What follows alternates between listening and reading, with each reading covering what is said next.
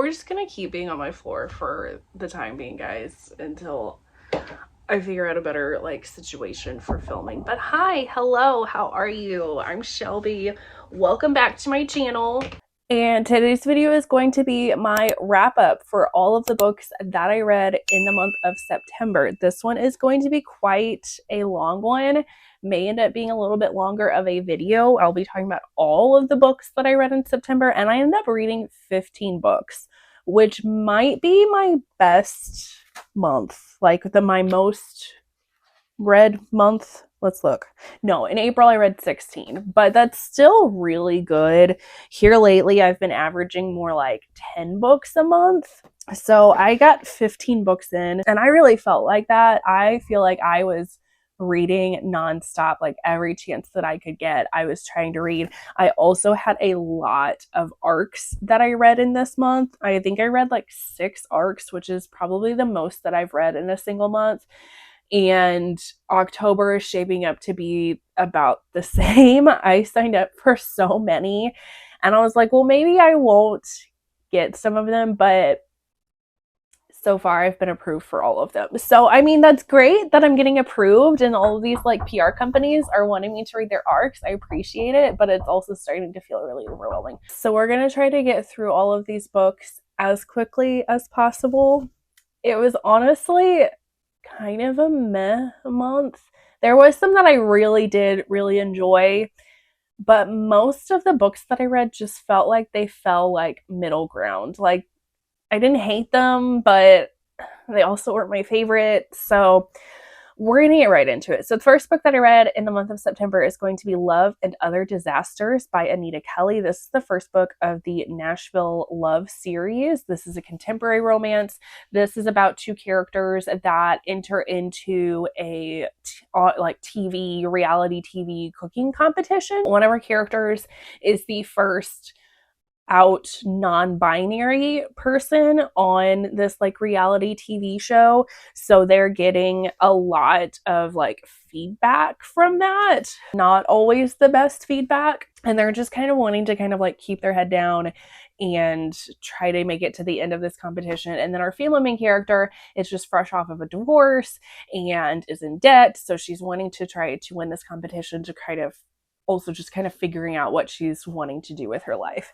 So this one, I gave this one 3.5 stars. Again, this is one of my middle of the road kind of books. It was cute. The romance was fine. It ended up being fairly steamy. I really liked the queer representation in here, especially having a non-binary character, because that's something that I haven't read a ton about, or haven't read a ton in books, and that's something that I need to read more. So I really appreciated having that and having certain conversations about that, because our non-binary character dad does not really understand it and is not the most supportive person. But then there's talks about like sexuality, because I believe one of our characters is pansexual. I don't know. They had some of my least favorite things in this story, that being like lack of communication, that I feel like had our characters communicated a little bit better, then, because there is a third act breakup in this one, then our third act breakup potentially wouldn't have happened. I don't know. There is some growth that these characters go through too, so I did appreciate that. I don't know. It was okay. Then I read Mariposa by Lexi Axelson. So this is going to be the first book of the Queen's Command series.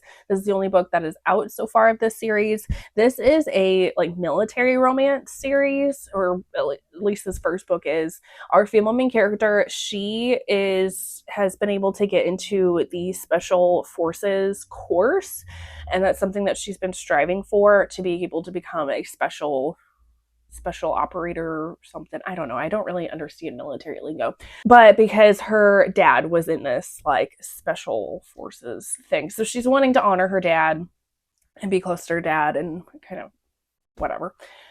But the only thing that, like, she's bound and determined to get through this and get into the special forces, but there's an instructor that is a complete hard ass and makes it virtually impossible for anybody to pass this course.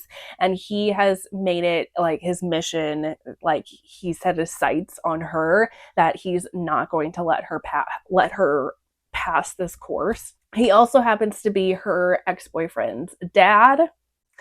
And of course, because it's a romance, they have the hots for each other, but it's like forbidden because he's her instructor and all that jazz. So this one, I really waffled on my rating for this one and how I wanted to, like, even my review overall of this one, it took me a while to formulate what I felt about this one. I ended up going with 3.5 stars because while I did overall enjoy this story, and I really liked the chemistry between our two characters.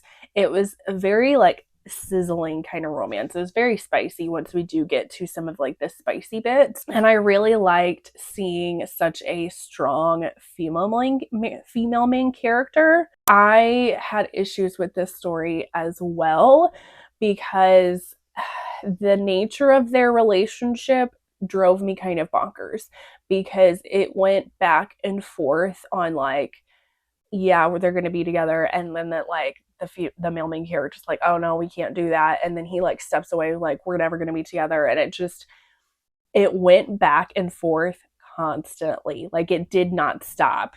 And this goes like all the way to the end of the book. You don't find out that they're going to be together until the very end of the book. So it frustrated me to no end. And then I just also feel like there was like some writing choices that could have gone a little bit better. There's some plot holes that happen, and also just in general like some plot devices that were added to the story that I felt like was really unnecessary because they were only added just to add, I feel like, unnecessary drama when there was already a ton of drama going on with this. And then they didn't really like end up adding too much to it. It just, I don't know, it just felt really unnecessary. So I don't know. It was a ride. That's for sure. Also, if you can't tell, I am still trying to come out of like my cold. I am feeling better, especially today. I went to work today, and so I had to like get out of the house and actually like do things. So I am starting to feel a little bit better today, but I do still have a little bit of like the sinusy stuff that I'm really hoping goes away soon. But I did get out my spooky reading season Tumblr because it is October now. And then the next 3 books I actually read in my reading vlog that I did, like the weekend reading vlog where I read like cozy fall romances. So first up is Deja Brew by Celestine Martin. This is the 3rd book of the Elemental Love series. I haven't read any of the other books in this series. This is a paranormal romance about a witch, and he's called a magician, but he has like magical powers. Like he seems kind of like a witch too. But our female main character, she has a horrible October. Her magic is on the fritz, and a bunch of crappy things happen to her. So on Halloween night, she makes this wish, and like for a do-over basically. And she, with her powers, she actually ends up making this happen. And she, next morning, it's beginning of October again. So it's kind of a little bit of that like Groundhog Day scenario with this story. And then on her second chance, she keeps running into our male main character, who is like really sweet. They kind of have a little bit of a friendship of sorts, but he has a crush on her. And she finds out that he can potentially figure out what's been going wrong with her magic if she will help him like figure out something with a cookbook where he lives. I don't know. And this is another one that was kind of middle of the road. I gave this one 3 stars. It was fine. I was just kind of bored for most of this story. Then I read The Pumpkin Spice Cafe by Lori Gilmore. So this is the 1st book of the Dream Harbor series, which is just a bunch of cute, cozy, small town romances. This one, our female main character moves to this small town to take over her aunt's cafe because her aunt decided that she just all of a sudden wanted to go on this like really long vacation. And so she's in this small town and she ends up running into our male main character of the story, who is dropping off produce because this family owns like a farm, and they have a not great interaction. And he just is kind of this like curmudgeon-y character, and he wants to be left alone, but she keeps running into him, and they are attracted to one another, and then they are trying to figure out, because she thinks there's like a ghost in her cafe, and just anyway, I gave this one 3.5 stars. This was fine, I guess. This honestly was, I don't really understand the hype for this one. If you're in the mood for like a cozy small town romance, like for the fall time, then this like fits the bill. I just feel like the romance in this was not that great. I mean, the main characters, I kind of found them more to be more annoying than anything else. And their romance, it went so quickly. Like they're talking about how they're falling in love after only maybe like a week of knowing each other, and it's just, I don't know, it was very insta lust and or insta love, which I'm not a fan of anyway.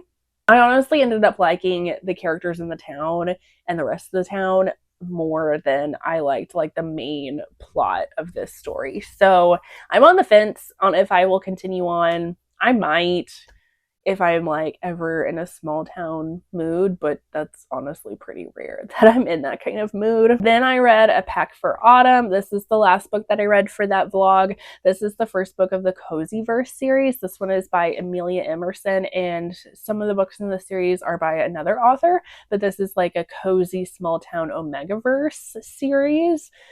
So again, Omegaverse, our female main character is an Omega, and she moves into this small town to just kind of get away and like be by herself, and she gets a job as the lighthouse keeper. But she attracts the attention of these three alphas in town, and she keeps kind of like skirting around them. But we get a little bit of like a forced proximity scenario happening, because they end up winning a bid to redo and update the lighthouse. So they're constantly like in her space now, and they find out they're like sit matches, and it's so cute and cozy, super spicy too. I gave this one 4 stars. I did really enjoy this one, and I do plan on continuing with this series. This one had really great mental health representation here and chronic illness representation as well. Our female main character is grieving, and so is one of the male main characters too, so that they're able to kind of bond a little bit over that, because she her parents had died not too recently, and then his grandparents had died, so they're both going through a bit of like grief. Then I read Ward Willing by Amanda Richardson. This is the third book of the Ravaged Castle series. I read the first 2 books of the series like so many months ago. I don't know. I'm going to try to finish this series before the end of the year. I've really been enjoying Amanda Richardson's books that I've been read so far, because they give me that dose of like forbidden romance that I just absolutely love. So this one's no exception. This is a guardian ward romance. So our male main character becomes the guardian of his best friend's daughter after they unexpectedly pass away when she is like 16. So when this story is taking place, I believe she's 18 or 19, and she's in college, and they've lived together for however many years, and he just keeps finding like the older she gets, the more she tempts him and the more he finds her to be attractive, but he knows that that would not be okay and he shouldn't be with her. But she's a bit of a brat and she likes to poke his buttons, and somehow they end up going into this sex education kind of class on campus, and he finds out that she's really kinky, and he takes this like kink quiz too and finds out that he might also be kind of kinky. So again, she pushes his buttons on things. So I give this one 4 stars. really high steam on this one. When we do get to the steam of this, I don't know. It was just like that forbidden yumminess that I love. And I honestly just really enjoyed these two characters together because they have such a good camaraderie. They have good banter. They honestly felt like a almost kind of like a friends to lovers kind of romance because they know each other so well. It was just, I don't know. That part was cute, but it's also like super steamy. And I love that. And then I read Twisted Play by Poppy Jacobson. This is the first book of the Cruel Games duet by this author. This is a dark romance. This one is, so our female main character, her dad is in a lot of debt. And so to help her father pay off his debts, she is blackmailed. Blackmail is going to be a recurring theme for this book. She is blackmailed by this millionaire that her father owes money to get a job with the local college hockey team so that she can get like insider secrets about like their game plays and whatnot and the players to send to him because he doesn't, I'm assuming, doesn't want that team to like win. Gets blackmailed to get a job there. But in order for her to actually get said job, the head coach of the team exploits her for sex in order for her to get the job. So we get a little more blackmail. And then she has some interactions with some of the players. She ends up having a one night stand with one of the players and he wants more from her and she like turns him down because she's like, I'm not dating right now. I've got enough stuff going on in my life. And he finds out along with one of the other players what she's doing, catches her like taking photos of things, catches her like betraying the team. And so they also decide to blackmail her so that she doesn't get fired. It's a whole big web of stuff going on this one. So I give this one 3.5 stars.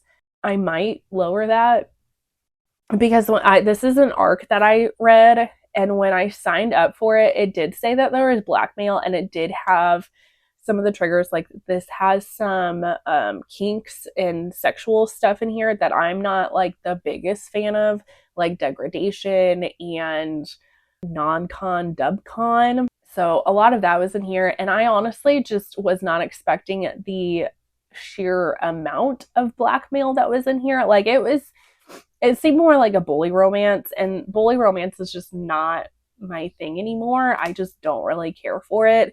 So while this book was very hot, very spicy, and I did like the female main character of this one, she's just kind of like, she's so weighed down with all of the stuff that is going on. Like I felt for her like so badly. I did not like any of the male main characters in this one. There was one that was a little bit sweeter and I thought could be like a little bit redeemable, but then he also just was being an asshole. So again, this is part of a duet and it does end on a cliffhanger.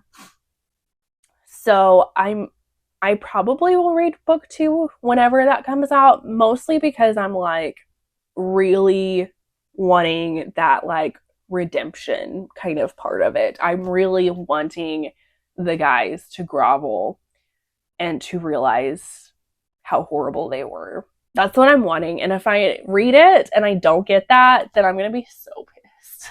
Anyway, so then I read Before We Came by Sloane St. James. This is the first book of her Lakes hockey series. Now, I read this one as part of like trying to help support this author because her husband ended up like having a cardiac arrest while they were on a cruise.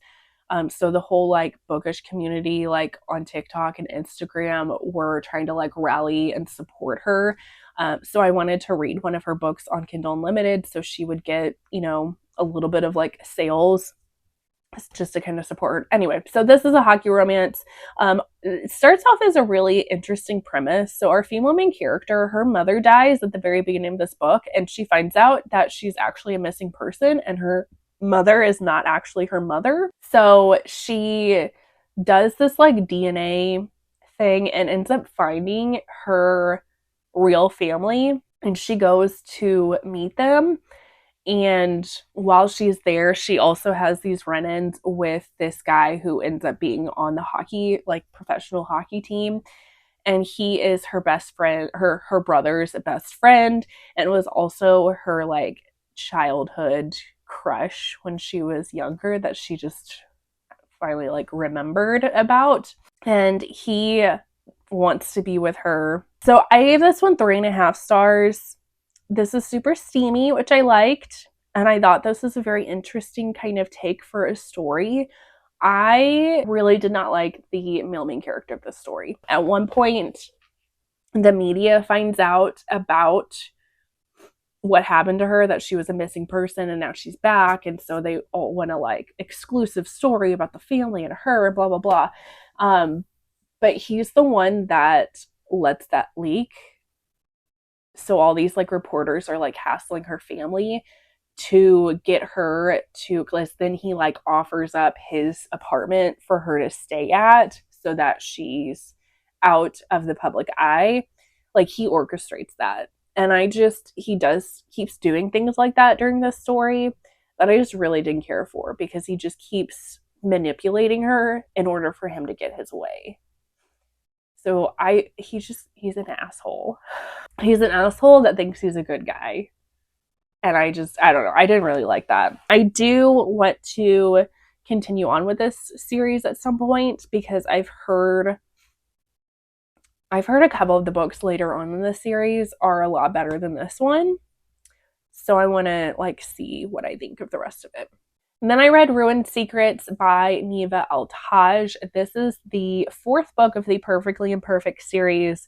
I am slowly but surely making my way through this series. This is a mafia romance series, which it all interconnects, but honestly, like, you could totally read all of these as standalone, so I'm just kind of making my way through.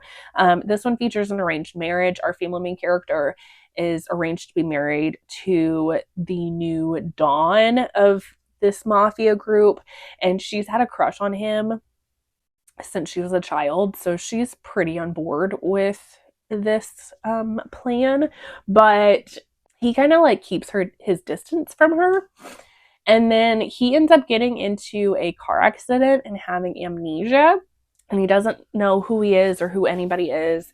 And so he has to rely on her a lot, because she like knows everything about anybody in the world of the mafia.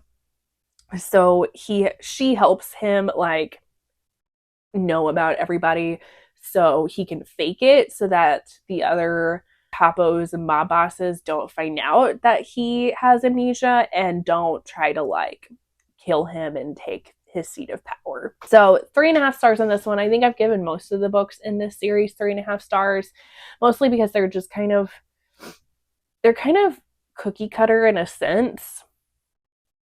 They're fun and they're steamy, not a whole lot of like extra depth to them, so they're fun. Then I read A Soul to Keep by Opal Rain. This is the first book of the Duskwalker Bride series. This one was actually a reread for me. I had read this one a couple of years ago, I think. This one is about our female main character. She ends up getting sacrificed by her town because she's known as like I don't remember exactly what they call her. She's like a bad omen or something in the town. So they sacrifice her to the Duskwalker. There's this one Duskwalker that continues to come to their town every once in a while because he's like to take somebody. And so she goes back to his home and his like home realm, which is where all the demons live as well. And so she's just trying to figure out how to survive being with this Duskwalker and in this like demon realm. And she finds out that he's just lonely and just wants a companion. I gave this one 4.5 stars. I really enjoyed this romance. It's definitely unexpected. This is probably the most like monstrous of monster creatures that I've read about. There's hardly anything resembling like human about them. Like they're very like the creature features of this one is very, very out there. But like the actual romance of this was just so heartwarming and sweet. I really enjoyed it. Then another Amanda Richardson book, I read Meal with the King. This is the third book of her Midnight series, which I did get an arc of this one. I was so excited to get an arc of this one because I've loved all the books in this series. This one, we have Asher, who is he's one of our male main characters. It's a male romance. He is the boyfriend of the female main character from book 2 that she ends up kind of cheating on and end up being with his twin brother. Anyway, so this one, Asher is going on to this couples retreat, and he had planned on bringing this girl that he was dating, but she like cuts out at the last minute. But he's wanting to go on this couples retreat because there's somebody there that he is wanting to try to secure like a business deal with. And then lo and behold, his business rival shows up and they decide to fake date together in order to try to, they're both kind of vying for the same person and making the same business deal. So this one was such a fun time. I gave this one 4 stars. I enjoyed this one so much because we find out our other male character is there more for revenge, because you find out that they have had interactions in the past that Asher did not remember. So it's a little bit of like a revenge plot going on, but they also are very attracted to one another. And it's just so good. There's an age gap in here. There's also a little bit of like BDSM as well, but the Asher's the older one and King, he's the younger one, and he's the one that is dominant, whereas Asher is more submissive. And I don't know, I thought that was interesting because I just feel like most of the time when I'm reading books with an age gap, the older person is the more dominant person, and that's not the scenario in this one. There's also a little bit of daddy kink in here, and it was so good. I really enjoyed it, and I think there's going to be one more book in this series, so I'm super excited for that one. Then I read Coronation by Cleo White. This is another arc that I read, and I thoroughly enjoyed this one. This is a royalty romance. So our female main character, she is an actress, and she is on film, like acting on this island on the kingdom nation of Stelland, I think is what it's called. And her friend says that she needs to like let loose for a little bit and gets her an invitation to this exclusive party that's very like VIP. She has to sign an NDA, and she ends up meeting the king there, and they hit it off. They're very attracted to one another, and they end up having like a 2-night stand together. And then he kind of just leaves her high and dry because he can feel himself, like he knows that he is starting to have feelings for her like very quickly, but he doesn't think that he deserves good things or deserves love. And there's also like this law in Stelland that he cannot marry somebody that's from outside their kingdom. So he knows things are not really going to go anywhere with her, but they keep having interactions and he keeps wanting to see her. He doesn't have like the greatest reputation with his people because he's very grumpy. So his like PR people keep setting up things with this movie production to shine a bit more like light on their kingdom and make him look a little bit better too. So they keep having like interactions with each other. This story also features an unplanned pregnancy trope. So they kind of like have to end up meeting with each other. I don't know. I give this one 4 stars. I love this one. It also has another age gap in it. I just really like these characters. It was very steamy. Our king character ends up going through a lot of like character growth in this one, which I really appreciated. This one was just so good. And then another super steamy one. Then I read Father Knows Best by Daisy Jane. This is the first book of her A Family Affair series. I did get the arc of this one, which I was super excited about. So this one is about our female main character and male main character. They are getting married. They're very much in love with each other. they're obsessed with each other. But then on their wedding night kind of ends in our female main character like in tears because she wants to explore a little bit more in the bedroom, and he's very vanilla and he doesn't want to do some of the things that she's wanting to do. And she gets very upset about this because he also like doesn't say it in the nicest way. So she ends up like leaving their suite in tears and running into his dad. And so his dad comes back to their wedding suite and is like, hey, what's going on? What can I do to try to like fix this? Because you guys are great together. And so they kind of let him know what's going on. And he, as a solution to their problem, offers himself that he will have sex with our female main character because he likes a lot of the stuff that she's wanting to explore. And then she can still be with her husband. That's his son. I'm blushing so much right now. I gave this one 4 stars. I ate this book up. I did. I wasn't sure how I was going to feel about it because like that scenario, like it's weird. It's really weird, but I don't know. Somehow Daisy Jane made it work because we find out that her husband kind of likes her having sex with somebody else, and he's always there when it happens, but he's like, she makes it a point that he's only focusing like on her face and like on her pleasure during what's going on. And like the same with his dad, like his dad isn't like watching him masturbate or anything. He's just focused on her. And so there is a point where they all are kind of doing stuff all at the same time, but again, they're all trying to focus on her. And like it makes it a point like he's not, not trying to like, he doesn't want to look at like his dad's junk. I don't know.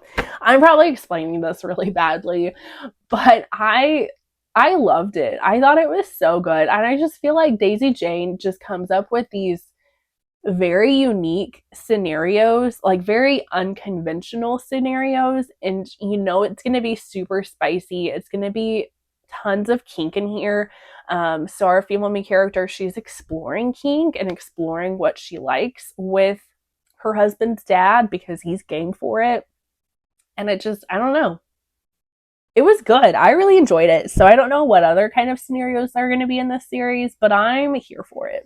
Then I read Willing Prey by Ali Oleander. This is another arc, and this one actually does not come out for another week, I think. I think it comes out on the 7th of October, maybe. Which I went ahead and read this one. I wanted to try to get this one in as soon as possible because like I said, I have so many arcs already lined up for October. It's going to be about the same as September. Like, it's just going to be very heavy on the arcs. Anyway, so this one is our female main character. She ends up signing a contract with our male main character to be his prey for 30 days.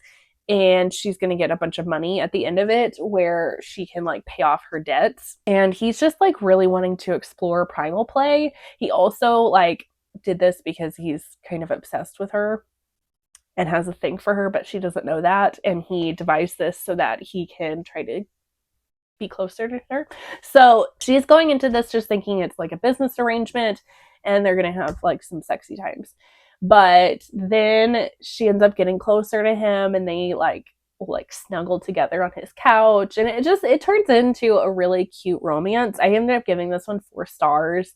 I really like this one, and I think you would also like that if you like the whole like primal play kind of books. This was a very sweet romance. My only issue with this book is I just feel like the pacing was a little off with this one because like our characters like decide to like be together and all of that, and then it just, I don't know, I just felt like the last maybe like 10% of the book was unneeded.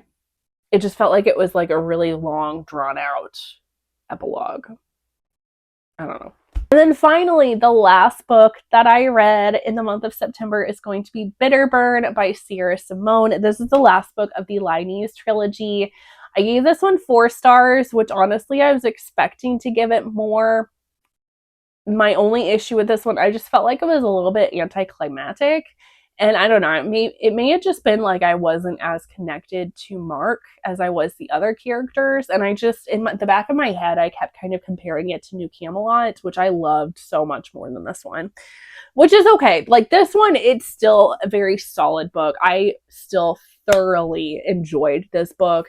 It's the conclusion of the series. In this one, we finally get Mark's point of view, and you get to kind of learn a little bit more about the way his brain works and his like scheming that's going on, because he is ultimately trying to take down this like secret society that had killed his husband. And like, I don't know, like they keep comparing, like he will play like chess with Isolde, and I just feel like this entire book was him like playing chess. Like he has so many different like moves and like is thinking like beyond what the enemy, I don't know, it's very much more, if you really like spy books or spy movies, this is it had those vibes, because he's a former CIA operative and he's still kind of like doing things that he probably shouldn't be doing and like sneak around and stuff.